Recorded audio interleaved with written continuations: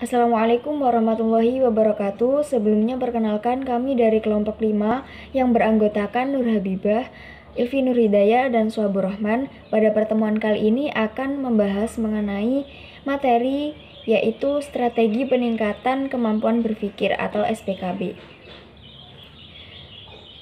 Yang pertama, pengertian strategi peningkatan kemampuan berpikir. Strategi merupakan sebuah cara atau sebuah metode. Secara umum, strategi memiliki pengertian suatu garis besar haluan untuk bertindak dalam usaha mencapai sasaran yang telah ditentukan. Strategi merupakan usaha untuk memperoleh kesuksesan dan keberhasilan dalam mencapai suatu tujuan. Strategi pembelajaran dapat diartikan sebagai perencanaan yang berisi tentang rangkaian kegiatan yang didesain untuk mencapai tujuan pendidikan tertentu. Strategi pembelajaran merupakan rencana tindakan atau rangkaian kegiatan, termasuk penggunaan metode dan pemanfaatan berbagai sumber daya atau kekuatan dalam pembelajaran yang disusun untuk mencapai tujuan tertentu. Menurut Kem, dalam buku yang ditulis oleh Wina Sanjaya, menjelaskan bahwa model strategi pembelajaran peningkatan kemampuan berpikir atau SPKB adalah model pembelajaran yang bertumpu pada pengembangan kemampuan berpikir siswa melalui telaah fakta-fakta atau pengalaman anak sebagai bahan untuk memecahkan masalah yang diajukan. Dalam strategi pembelajaran peningkatan kemampuan berpikir menekankan kepada keterlibatan siswa secara penuh dalam belajar.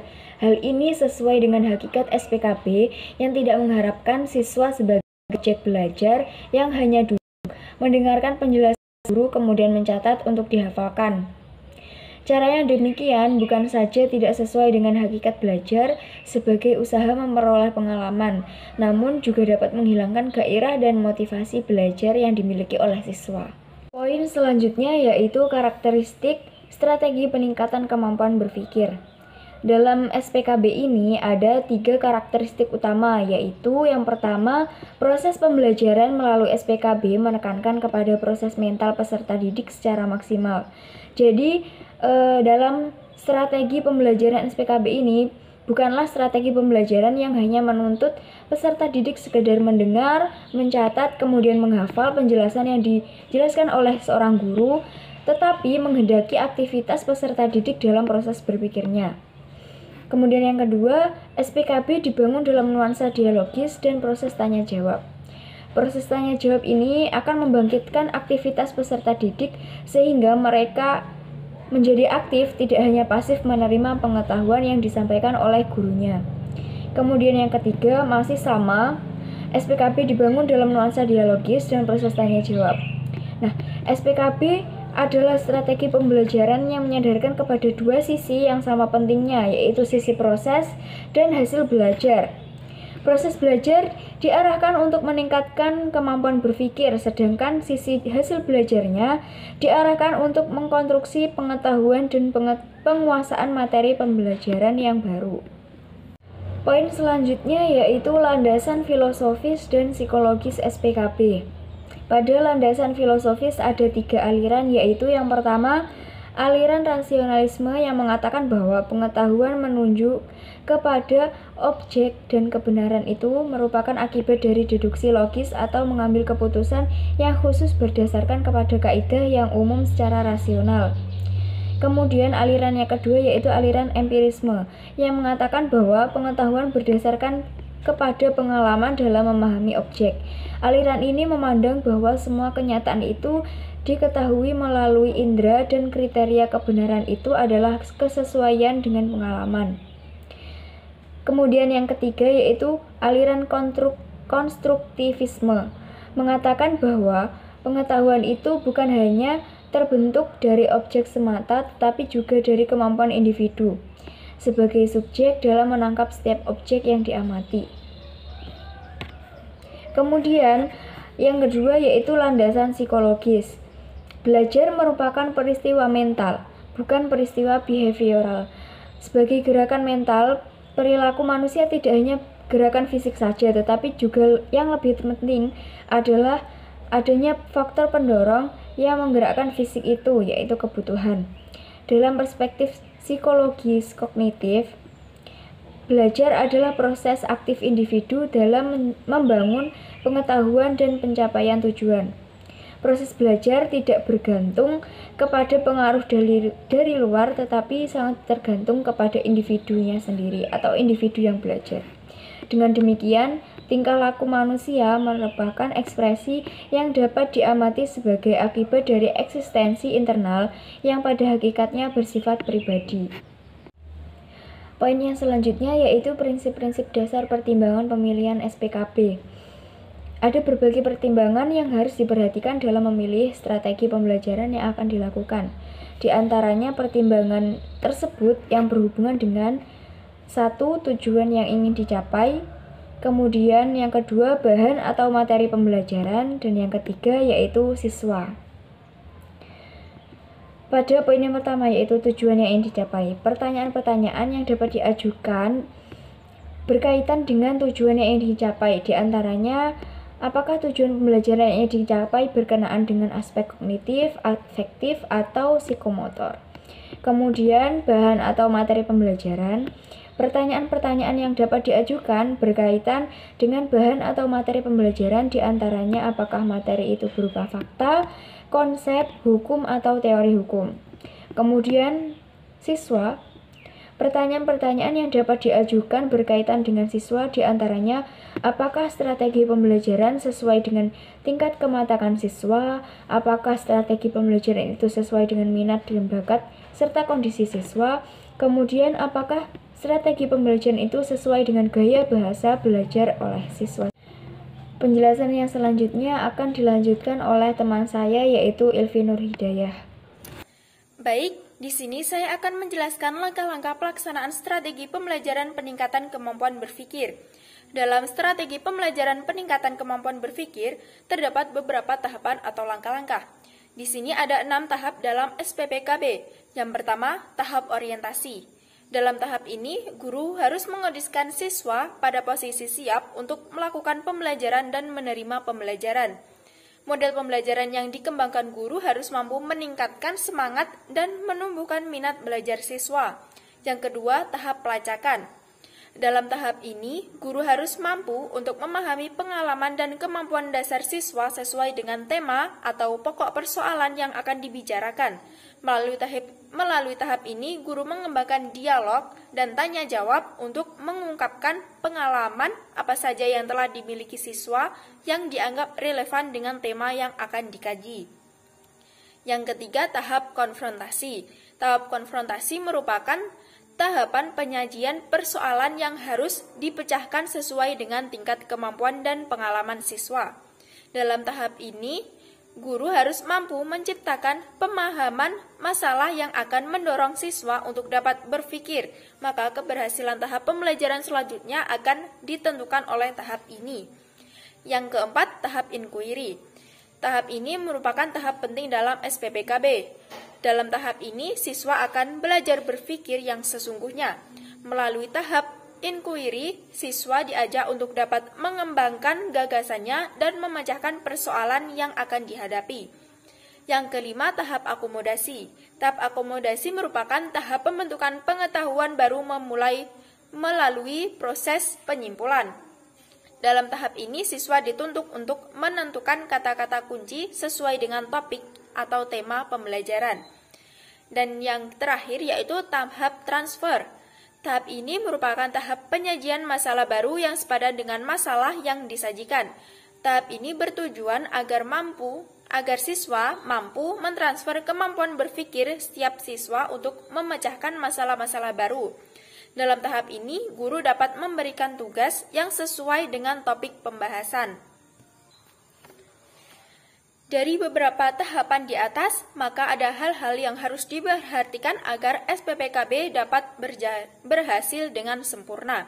Yang pertama, SPPKB adalah model pembelajaran yang bersifat demokratis. Oleh sebab itu, guru harus mampu menciptakan suasana yang terbuka dan saling menghargai, sehingga setiap siswa dapat mengembangkan kemampuannya dalam menyampaikan pengalaman dan gagasan.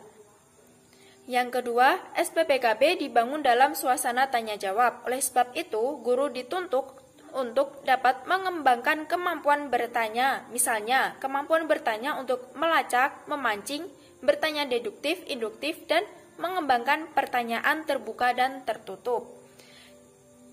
Yang ketiga, SPPKB juga merupakan model pembelajaran yang dikembangkan guru untuk merangsang siswa agar mampu menjawab pertanyaan, menjelaskan, membuktikan dengan memberikan data dan fakta sosial, serta keberanian untuk mengeluarkan ide, gagasan, serta menyusun kesimpulan dan mencari hubungan antar aspek yang dipermasalahkan. Selanjutnya yaitu metode yang digunakan dalam SPPKB. Strategi peningkatan kemampuan berpikir merupakan strategi yang digunakan untuk membentuk mental siswa dalam belajar. Maka dari itu, metode yang dapat digunakan yaitu metode berpikir kritis. Kemampuan berpikir kritis telah menjadi hal yang sangat diperhatikan dalam perkembangan berpikir siswa. Hal itu karena kemampuan berpikir kritis siswa merupakan hal yang terpenting pada era globalisasi pada saat ini. Pada era globalisasi, siswa dituntut untuk mampu mengikuti perkembangan zaman yang sesuai dan baik bagi dirinya, salah satunya dengan kemampuan berpikir siswa yang baik. Berpikir kritis merupakan cara berpikir manusia untuk merespon seseorang dengan menganalisis fakta untuk membentuk penilaian. Siswa yang berpikir kritis pasti dapat mengemukakan pendapat dan gagasan yang luas sehingga dapat meningkatkan keaktifan kemampuan berpikir siswa tersebut. Kelebihan dan kekurangan SPKB. Setiap strategi pasti memiliki kelebihan dan kekurangan. Begitu juga dengan SPPKB, karena sebuah strategi tidak dapat dilaksanakan dalam kegiatan pembelajaran. Adapun kelebihan dan kekurangan SPPKB sebagai berikut. Untuk kelebihan SPPKB, 1. Melatih daya pikir siswa dalam menyelesaikan masalah yang ditemukan dalam kehidupan. 2. Siswa lebih siap menghadapi setiap persoalan yang disajikan oleh guru. Yang ketiga, siswa diprioritaskan lebih aktif dalam proses pembelajaran. Keempat, memberikan kebebasan untuk mengeksplor kemampuan siswa dengan berbagai media yang ada. Kekurangan SPPKB.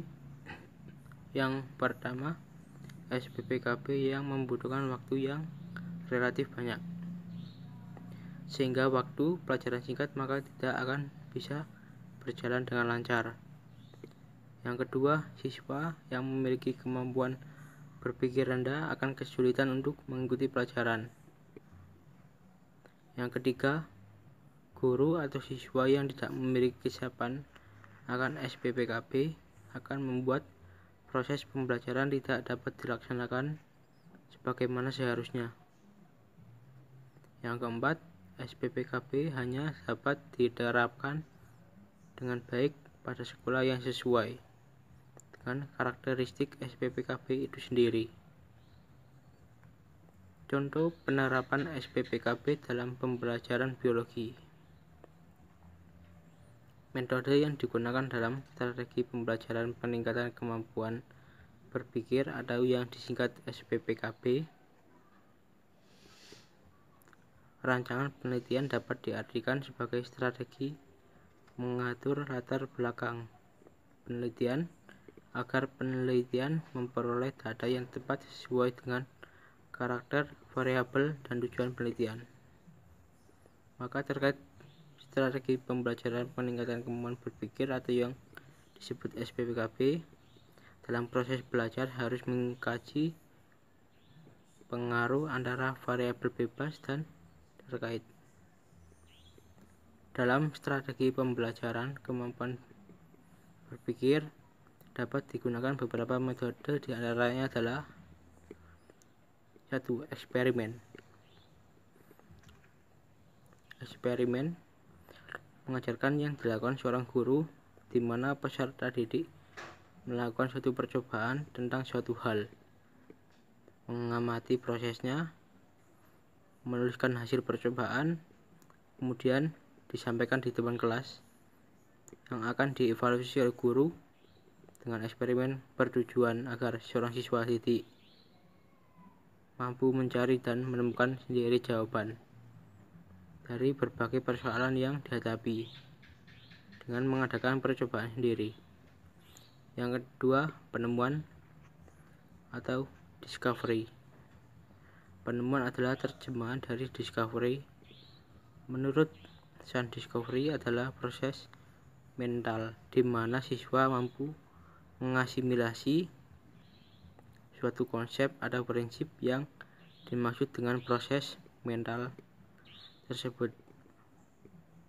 Antara lain ialah mengamati, mencerna, mengerti, menggolongkan, membuat dugaan, menjelaskan, mengukur, membuat kesimpulan, dan sebagainya. Yang ketiga, diskusi. Salah satu teknik belajar mengajar yang dilakukan oleh seorang guru di sekolah. Di dalam diskusi terjadi proses interaksi antara dua atau lebih individu yang sedang terlibat, saling tukar-menukar pengalaman, informasi, memecahkan masalah, dapat juga semuanya aktif, tidak ada pasif sebagai pendengar.